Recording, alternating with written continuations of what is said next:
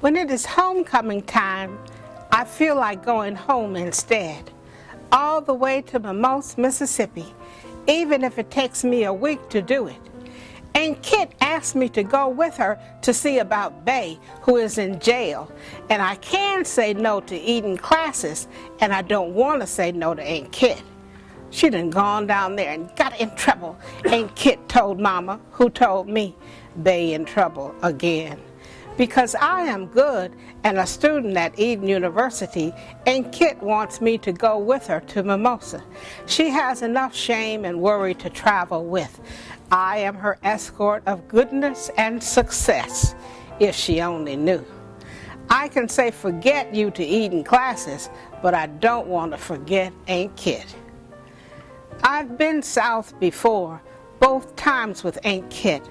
When I was 4 or 5, I went down with Aunt Kit on the city of New Orleans, a milk chocolate bar of a girl no bigger than a Hershey's Kiss, with a silvery bow propped in a braid upside my head.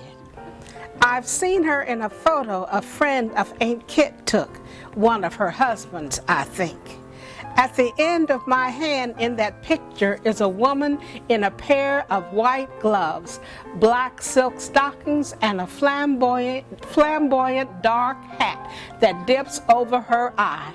She wears a dark skirt and suit jacket with no blouse underneath. The jacket buttons up the front in single file. It must be blue, deep blue, this suit that rolls across her bust and hips like rich night sky. She hugs her big pocketbook tighter than she hugs me. She is not my mother. She is Aunt Kit, and I am the kid. We stand next to the train, like fishermen showing off a gigantic fish they've yanked along on a line. We show off that train, the city of New Orleans. No photos as perfect as this one remind me of my second journey to the birthplace. That summer after Eddie died, little son and I went south to hide from the hauntings in all our playing places. In the center of that Mississippi summer, we grew through grief like flowers absorbing sunlight and water. I imagine we gave away a bare-stalked beauty that ended in a burst of wild-headed color. I imagine. But I remember stories out of sync with transistor radios. They don't come in over them. Stories planted too deep in the brain cells to bloom on television screens.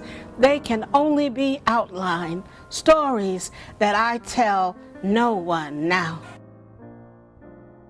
Being a poet and moving from being a poet to writing fiction, I started off with little short snippets.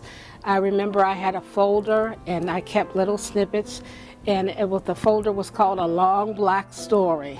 And I started those snippets when I was living in the NU apartments in the fall winter of 1969, 1970. And from there, the pieces got longer and longer until I was able to write stories that were the length of a chapter.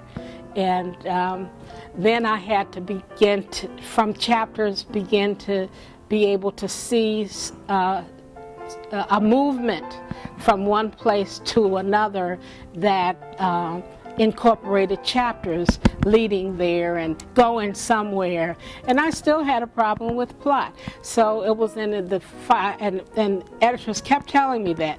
And it was in the final revision that I got some very sensitive and really smart guidance from the editor, Dr. Gibbons, who led me to specific places where some plot things needed to happen. I had a whole team that makes my work look good. So they helped me a lot, and I am eternally grateful for the fulfillment of this dream.